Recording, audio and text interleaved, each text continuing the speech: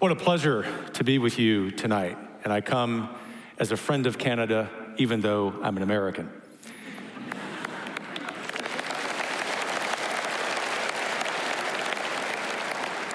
Actually, especially because I'm an American. And it is a real honor to be here with you to help facilitate, along with my three fellow debaters, the noble mission of the Munk Debates, which is civil discourse, a vital attribute in the shared cultural inheritance of our two countries. And of course, as I look at the debate results, I've drawn the conclusion that you're telling me there's a chance. I'm tempted to tariff you into submission, but I suspect that won't work. And so instead, I've got an idea. If you cheer for Kellyanne and me, then we will give you a 10% discount code for one of those new U.S. gold cards to become U.S. citizens. Full disclosure, that's a joke. I do not have the power to do that. And so I'll get right to it. The last 4 years were a dark age in American life. A dark age because it was a time when the government opened our southern border to chaos, but also a time when that same government shut the doors of our schools and churches. It was a time when bureaucrats told our children that bigots are in fact somehow people who believe that boys are boys and girls are girls, as opposed to understanding biology.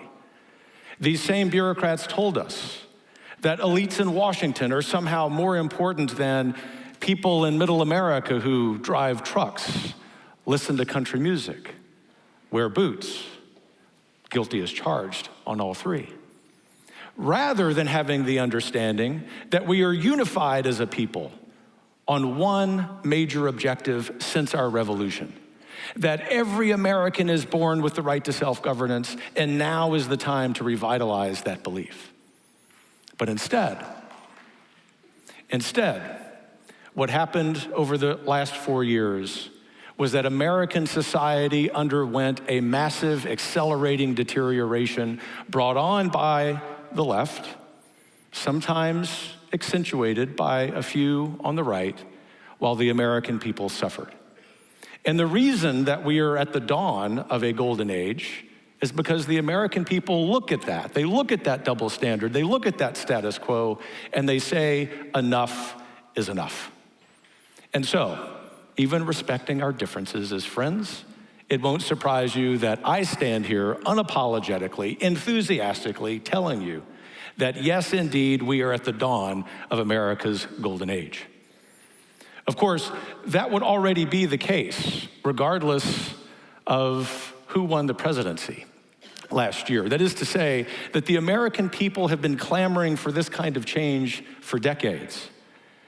But God bless Donald Trump for bringing it to life and for having the courage in only 4 months in office to initiate a spate of reforms that admittedly the left finds a little disorienting.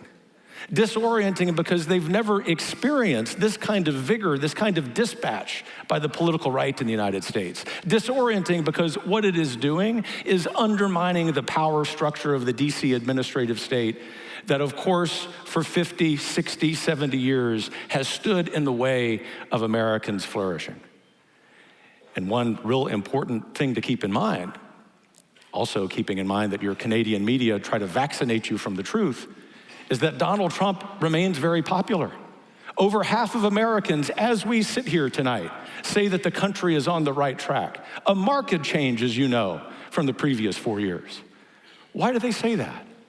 Because regardless of what they think about Donald Trump as a person, regardless of what they think about specific policies, regardless of their recognition that this is just the dawn of the golden age and that it will take years and decades to accomplish its objectives, that we're finally back on the right track. And the advent of a Trump-Vance political coalition, which is more working class, more multi-ethnic, means that Americans of all backgrounds, as it should be, support this agenda. And of course, in order for that agenda to realize the American dream, something that too few Americans believe in anymore, there will have to be success. And we've already seen success in beginning to end the regulatory environment that stifles not the business of the Fortune 50 companies that collude with big government, but that stifle the American dream for small and middle class, small business owners and middle class Americans.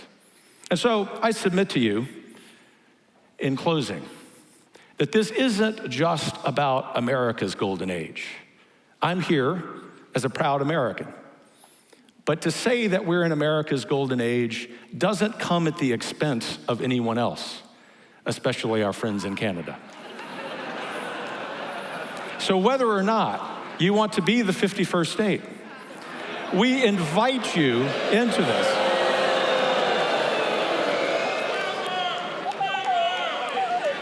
Entirely up to you. That's the point.